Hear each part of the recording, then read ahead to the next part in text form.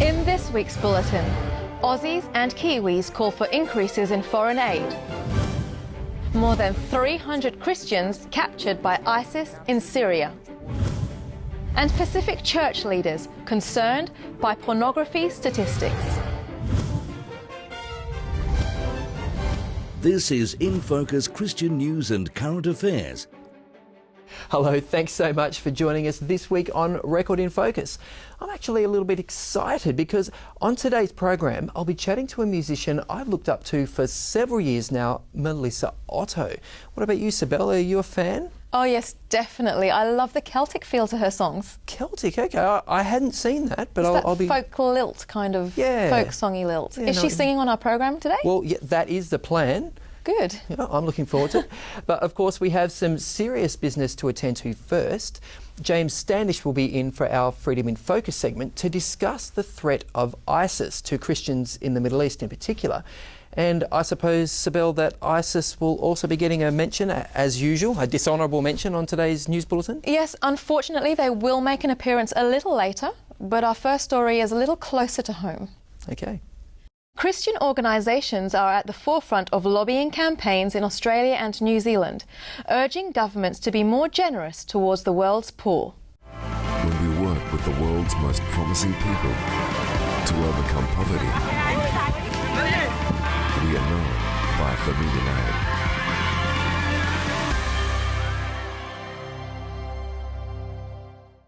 The Campaign for Australian Aid, which boasts a supporter base of more than 50 NGOs and 37,000 people, has been prompted by a number of cutbacks in foreign aid by successive Australian governments. In New Zealand, a similar coalition of non-government organisations is focusing on the humanitarian disaster unfolding in the wake of conflicts in Syria and Iraq. So far, only 37% of the funding requirements that the UN says it needs have actually been met by government. So there's definitely a need for increased support from governments to the work that's happening in Syria and Iraq. Christians in the Middle East have suffered another blow after as many as 373 men, women and children from Christian villages were captured during an ISIS offensive in Syria's Al-Hasaka region. New details have been emerging every day, with some accounts saying threats have been made against the captives, or even that a handful of executions have been carried out already. Thousands of Assyrian Christians had already fled the area at the time of the ISIS attacks. It's been suggested that those captured were either engaged in fighting against the extremists or were too old or sick to leave their homes. An independent report on the harms caused by alcohol has found that around 140,000 Australian children are badly affected by the alcohol use of their parents or carers, and that alcohol played a part in Child Protection Authorities removing 10,000 children from homes. The Foundation for Alcohol Research and Education recommended that federal and state governments implement a range of strategies to reduce alcohol-related harms in the community, including awareness campaigns, early intervention programs for young people at risk, and tougher advertising and pricing regimes. The Seventh-day Adventist Church has taken a stand against alcohol since its inception. That was partly health, but also the enormous damage that alcohol does in the wider community. And unfortunately, it's the children in our society that bear the brunt of that impact. The New South Wales Council of Churches has also thrown its support behind the recommendations, saying that efforts to reduce family violence will be more successful when the link with alcohol availability is more directly addressed. The World Health Organization is giving itself a pat on the back on the 10th anniversary of an historic anti-tobacco treaty. Since 2005, the WHO Framework Convention for Tobacco Control has been ratified by 180 governments, covering 90% of the world's population. The results? Hefty hikes in cigarette prices, laws requiring health warnings on packaging, and the establishment of no smoking areas. The Seventh-day Adventist Church, which has advocated a smoke-free lifestyle since the 1800s, is pleased at the improvements, but agrees with the WHO that the battle is far from over. In the South Pacific, for example, where the economy is not very strong, cigarette companies are very powerful. They influence government decisions and so forth. And so you have that dimension that the countries, developing countries, are fighting against. As the cleanup continues after Tropical Cyclone Marcia, Rockhampton residents have been saddened to discover the end of a significant piece of national history. According to ABC Open, Australia's oldest wooden church building was once a place of worship for congregational believers and was built in 1874. After being deconsecrated, it was moved to a hill outside Rockhampton about 30 years ago, along with 2 other church buildings. But although the old timbers were no match for a Category 5 cyclone, the memories will remain for quite a bit longer. Church and government leaders in the South Pacific are struggling to explain how their nations lead the world in online searches for pornography. Google statistics show that internet users in Papua New Guinea are far more likely to search for the words porn or pornography than in any other country of the world. Also in the top 10 are Solomon Islands, Fiji, and a number of African countries. Most of the countries represented in the top 10 identify strongly as Christian nations that publicly promote strict standards of morality. We have internet access now available on mobile phones. The understanding of our responsibility and how we should use new technology and information technology responsibly. We see the case of children or young people getting access to these things, not being guided by parents or guardians, and curiosity perhaps getting the better of them. Last year, the Seventh-day Adventist Church celebrated the release from a West African prison of Pastor Antonio Monteiro, who had been falsely accused of involvement in a series of murders. But although the International Pray for Togo campaign was successful in advocating for Pastor Monteiro's freedom, his fellow Adventist prisoner, Bruno Amar, remains behind bars. Mr. Amar has been keeping busy, however, and just a week or so ago celebrated the baptism of 30 of his fellow inmates at the conclusion of evangelistic meetings in the prison. The baptisms were held in a new chapel building that was funded by the Adventist Church. Church leaders have asked for continued prayer for Mr. Amar and all Adventist prisoners. And that's the news for this week. Kent. Thanks, Isabel. Boy, that last story, I just find that inspirational. You know, there are Christians in prison, all over the world, unjustly, in most cases, and nevertheless, someone like Bruno Amar uses that opportunity to reach people with the message of Jesus. It's incredible. And very humbling, isn't it? Yeah. I wonder how we might act in the same situation. Yeah, boy, it makes you think, doesn't it? Hey, stay with us. I'll be back with James Standish and Freedom in Focus straight after the break.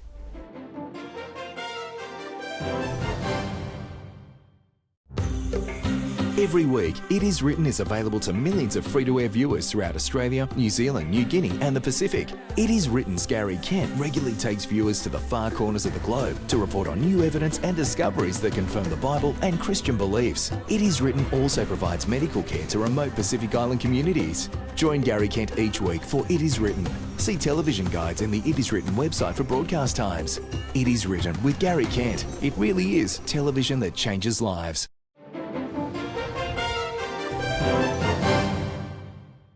Hi, welcome back, and welcome back, James Standish. How are you? Great to be here, Kent. Now, James, it seems just about every night when we see the news, every time we flick open a news website, on the internet, there's yet another atrocity courtesy of the so-called Islamic State terror movement. Well, that's right. And some of these atrocities are just unbelievable. Now, I think for those of us who are interested in religious freedom particularly, and those of us who are Christians who are interested in religious freedom, one of the interesting things to note, and maybe more interesting might not be the right way to put it, one of the things that really should be grabbing us and our attention is this.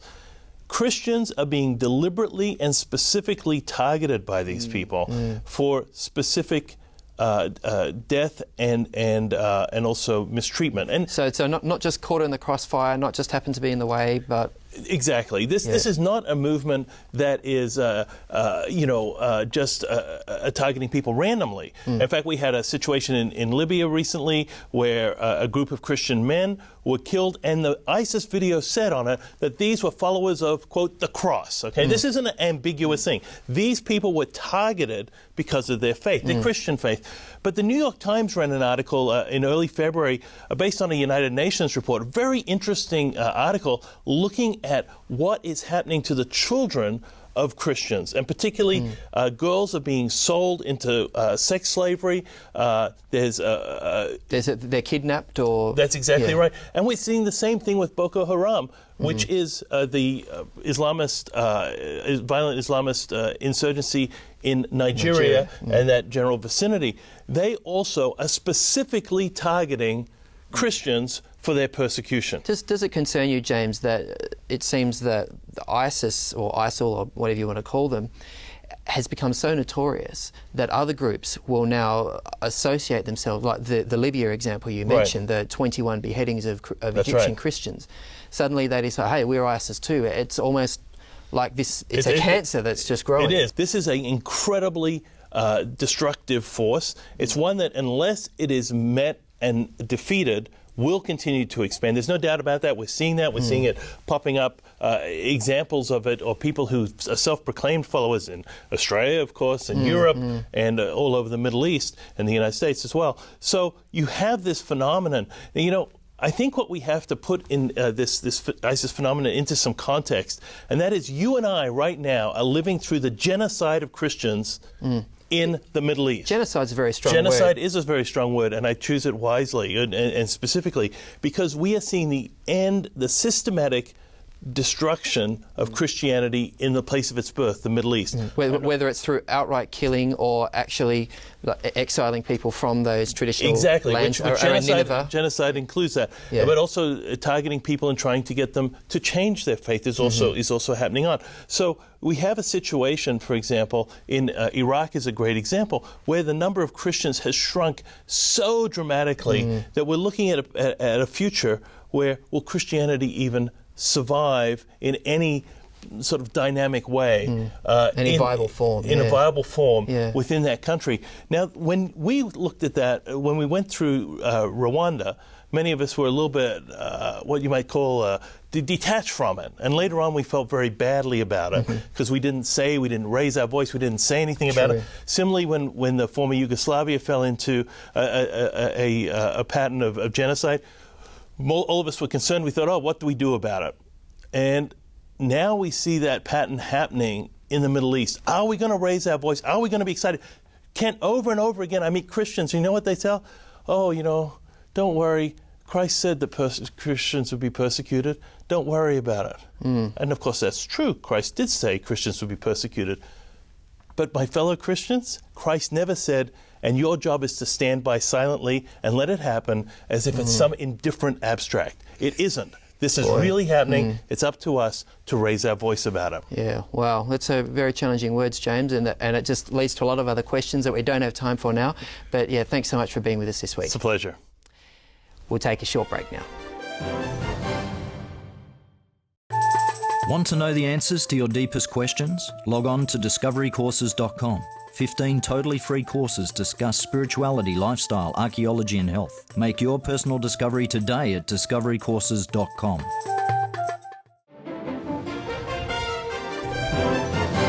Hi, welcome back.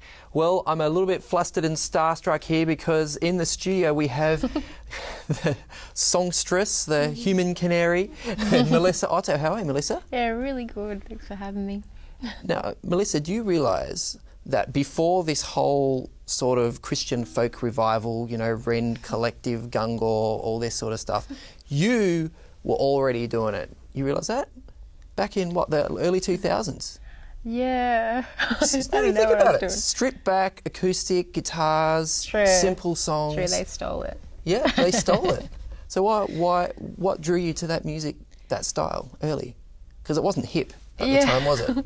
I guess, because people say what kind of style you do or why, but I think it's just what comes out. It's just what feels natural to come out. So, yeah. So, generally what, sweet, natural, optimistic, sunny? Although you probably wouldn't describe it that way, would you? Or would you? Oh, okay. I love melodies. I love trying to make the melody sound like the concept that you're talking about or thinking about, and especially when it comes to wanting to share something that God's helped you see, that is love. I love the way a melody comes out, or sculpting a melody to try and reflect the beauty of that truth or whatever. So it's all got to sort of work together, and the music has to support the message, and vice versa. Yeah. Yeah. Wow. Now, you came in to our office the other week, and you confessed, I've got a baby. I had a baby 3 months ago. I mean, I knew you were married. I had no idea you were even pregnant. I'm sorry. I should have been checking Facebook more carefully. So, wow, baby. How does that work? Juggling baby, husband, music? Music, I feel like, comes from experiences. So heaps of songs have come since being in a relationship with Jace or having a baby, because whatever things I'm going through, it's kind of like a diary to me, music. So your new album here, The Journey Home, are any of the songs on this sort of coming out of that experience of marriage? But you wrote these before you had a baby, didn't you? Yeah, I did. I've got a few songs that I want to make into a baby album now. But this CD, basically in the last couple of years, I've felt a bit of a tiredness or an aching for to be home, because you get tired of the inner battle, or tired of the worry that you have for people that you love, just wanting to make sure they're okay. And we were talking before about being the oldest sibling. Sometimes you get that, I don't know, sort of parental care. I'm always going, are they okay? I'm the oldest sibling too, but I just ran away from my responsibilities. But you took them on. But are they lonely? I don't know. I just long for the day that God's back on the throne, and love is the ruling. And we can all go home, which is what the CD is all about. Yeah. Now, your profession is teaching. You studied teaching. You're a teacher for a while, and like you say, music sort of mimics life. And I understand that when you were a substitute teacher, that you were a bit worried about how kids like to test the and you had a little song that helped. Because my boys were in your class and they thought it was great. So just how does it start? Play a bit for us. Okay. Because this is great. You'll like this. It wasn't with the ukulele, but it did have actions. Yeah. Okay. Yeah, kind of. It was like, I'm your casual teacher. Don't be rude. Stop that attitude. I've got feelings too. Oh. That's right. Because they didn't casual mess with me after teachers that. have feelings too, and that's important for kids to realise that. It is. Boy. And was that a great way to break the ice? It was funny how some kids responded. Some kids would be, I could tell they were so embarrassed for me. They'd like kind of put their head down and not give me eye contact. Singing. Like, what's happening? But great way to break the ice. Laughing, So they convinced you were weird from that point on. But that's cool, because then they can relate. True. Wow, far out. That's really cool. So this album has some great photography on it, which I understand was in Brazil. You've toured around before the baby and everything. So that's taken in northeast Brazil. Brazil is a beautiful place, beautiful people.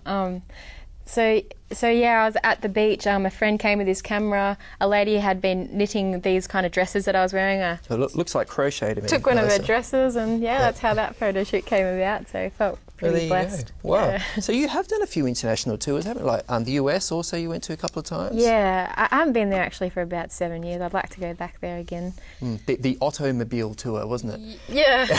Yeah. So I've been playing with my siblings since we were young, like my two brothers and sister. And we did a couple of trips to the States together. But everyone's kind of doing their own thing, so it's getting a bit hard for us to all meet up, but we still love it, and we still try to make it happen for sure. Wow, and like you said, so you've got this baby now. Yeah. It's inspiring new songs. So is there another album on the horizon for Melissa Otto? Yeah. So Yeah, I've made a few songs for Naya, and That's your daughter? Yeah, my daughter Naya. I feel I learned so much about God's love through the way my parents loved me, and so you just feel that sense of responsibility. You're like, oh wow, like they're going to get a picture of God through the way I love them, and there's just so many concepts that I want her to learn about, and so I'm trying to write some songs that sort of help her to see. Yeah. Well, I mean, she's obviously a bit young to tell you if that's working or not. But generally, when you do perform or people listen to your music, do you get feedback from them about the impact that it's having on them? Well, yeah. Naturally, I'm a pretty self-conscious person, and not really a person that shines to being in front of people. But the only way I can do it is realizing that it's not my truth. It's God's truth, and it's God's truth that breaks through. And so if the music ever means anything to people, I know it's because of that. And so yeah. So God sort of shared it with you. You've got to share it with them. For sure. And if it gets through, yeah, you can't. Yeah, wow. Yeah, it's not. So do people come up to you though, or write to you, or speak to you about the impact your music has on them? Yeah, and I do really appreciate it, because like you do these things and you don't want it to be in vain, and so when people do give encouragement that it meant something to them, I do appreciate it's Well, I mean, apart from saying, "Wow, I love your music, Melissa," I mean, it's really nice. Sort of generic things. Do they say anything specific about what is sort of reaching them about what you're doing? Well, yeah, I've had a couple of people say that it got them through depression, which like really, wow, yeah, it was amazing. Well, I guess the songs have come out of a time that I've been depressed, and then seen something more about God's love that has freed me, which you keep returning to this theme, don't you? Like God's love in your songs and when you talk about it.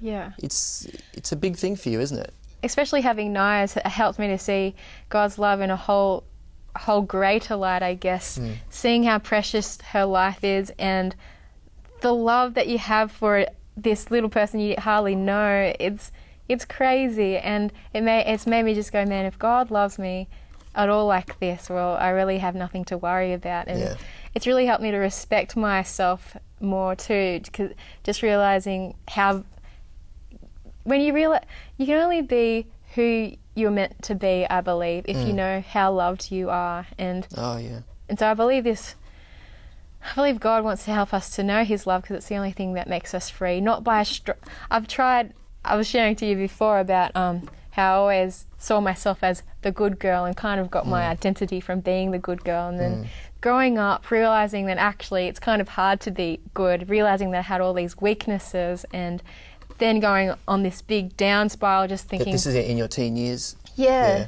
thinking, man, if I'm not good, how can God love me? Or if I can't... And so God had meant everything to me, but then realising that, well, maybe God can't love me anymore, it crushed me. And then you start to think, and then you start to believe the thought, like, oh, well, I'm not worthy, but God loves me anyway.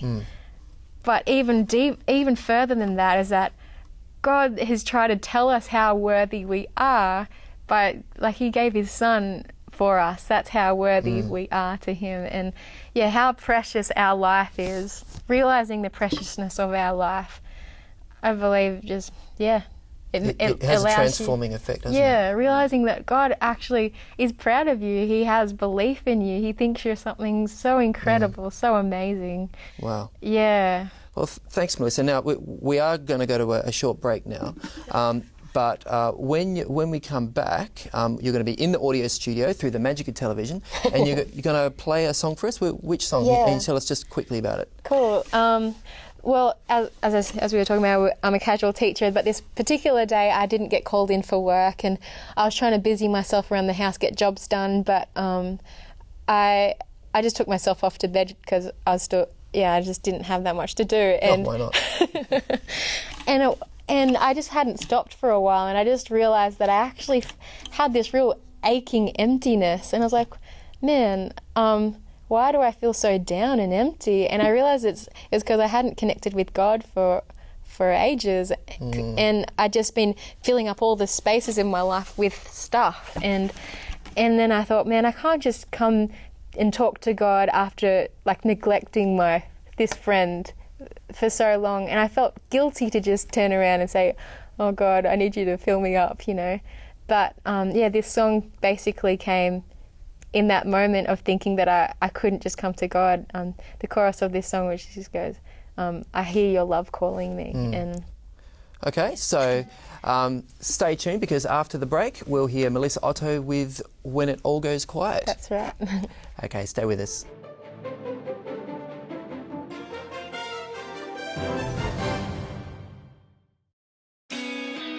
Planning your future can be a daunting task. What you want to do, who you want to be, and the road ahead can often be unpredictable. No one really knows what the future holds. That's just part of what makes it all so amazing. And that's why a great education matters. Because it doesn't just help you get a great job, it helps you prepare for what life can throw at you and live a great life. Avondale, it's education designed for life.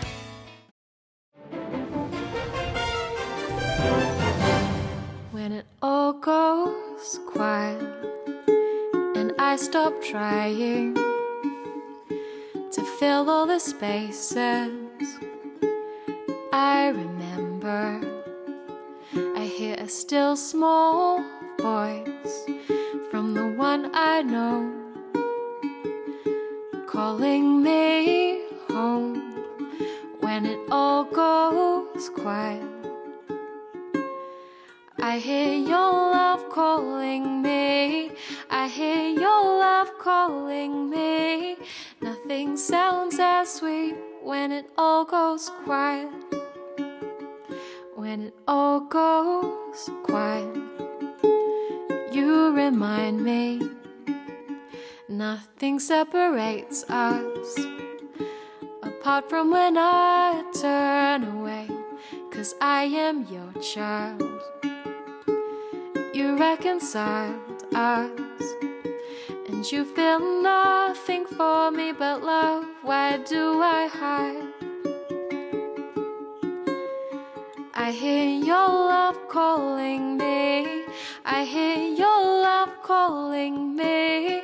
Nothing sounds as sweet when it all goes quiet.